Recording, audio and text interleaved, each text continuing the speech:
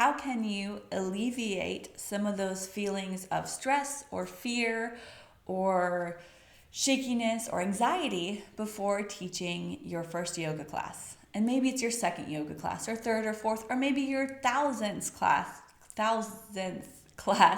but you still get those feelings of being a little bit nervous. Or maybe it's at a new location, or you've got new students, or it's a new style, or you're subbing for someone and you're feeling a little bit shaken by it.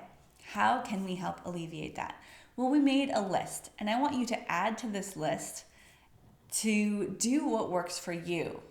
So the list included things like listening to music, or maybe it's creating your playlist and having that in your head and knowing that's your comfort, like that's your constant. You know that your playlist is there and you know the music is exactly how you want it to be, or it's listening to music and to calm you or to uplift you. It depends on what kind of energy you need. Do you need that boost, or do you need that bringing yourself down? And that's going to be the same for many of these recommendations. It's if you're feeling really low, you can use this to lift you up. If you're feeling really up here, you can use it to bring yourself down. You can do the same thing and affect the same energy of your yoga class as a group. You can bring it up or bring it down with these same things. Music does that. That's a wonderful thing to use. Breathing, breath styles. So taking those deep breaths, remembering to breathe with your class when you're teaching.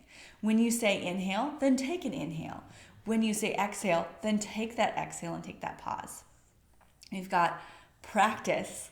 So that means practice teaching, practice your sequence yourself, practice ahead of time.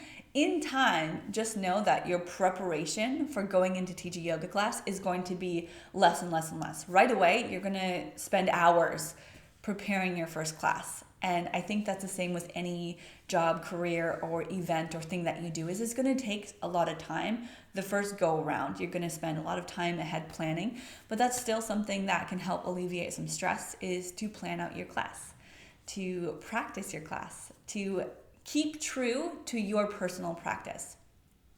The best yoga teachers are students first. Remain students forever. And you actually have to get on your mat to do that. So you can't teach what you don't know, and you can't teach what you don't practice. So practice and learn and feel it in your own bodies. Know what feelings arise, what emotions, physical, all that. Okay, what else could we do? We could say some affirmations. Affirmations like I am statements. I am strong. I've got this. I don't know, I know everything I need to know.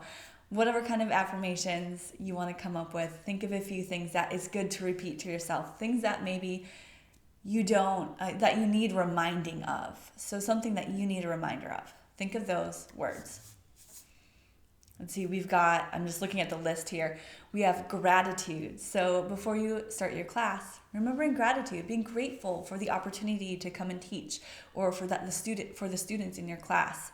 And with the students in your class, something that can help alleviate feelings of anxiety is talking to your students.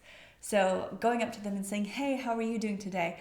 And then making the class, the whole conversation, making this whole yoga dance about the student instead of, it's not about you.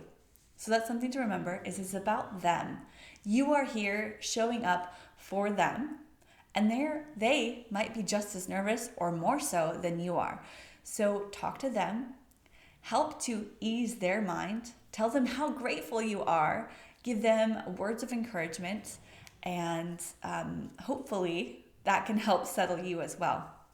Of course, if they're in the yoga room and they're sort of sitting silently, you don't want to bother them or anything. But before they get to their mat, ask about injuries, ask if they're new to class. And we'll go through what I'm going to mention in a moment or in time. But when you talk to your yoga students, make sure that you are asking yes questions. What does that mean? If they brought a yoga mat, you can even say, did you bring your own yoga mat? That's yes. If they didn't bring a mat, ask them, do you need to borrow a yoga mat? So they say yes. Is this your first time to the studio? Yes. And if you know it's not, say something else. So something that gives them the yes that they can answer in a positive way, because answering no, it just chips away. Did you bring your own yoga mat? No. Is this your first time doing yoga? No. I don't know. Anyway, yes questions. We'll go through the yes questions another time, but just know that having that positivity and positive engagements with your students pre-class is important and can help you too. Meditation can help you, and also knowing that you're not for everybody, you're not for everyone, and that's okay. If you try to teach to everyone and get everyone in your class, you'll get no one. So when you market, when you teach, when your specialty is, I teach yoga to everyone, that is not quite the place you want to be, because you'll end up getting nobody. So know that you will have students attracting and repelled by your classes and by your teaching. And it's not about you. It's not about you. Everyone's on their own journey, and some people just need something different. Some people need a slower class or a faster class or something else. And examples of especially like if you work at the YMCA or in any gym, it's so easy for people to come in late and leave early, and that's okay. That's on them. They can do their thing. Allow them their space. It's about them. They take care of themselves, and all you can do is the best that you can do in this moment. So you will do great.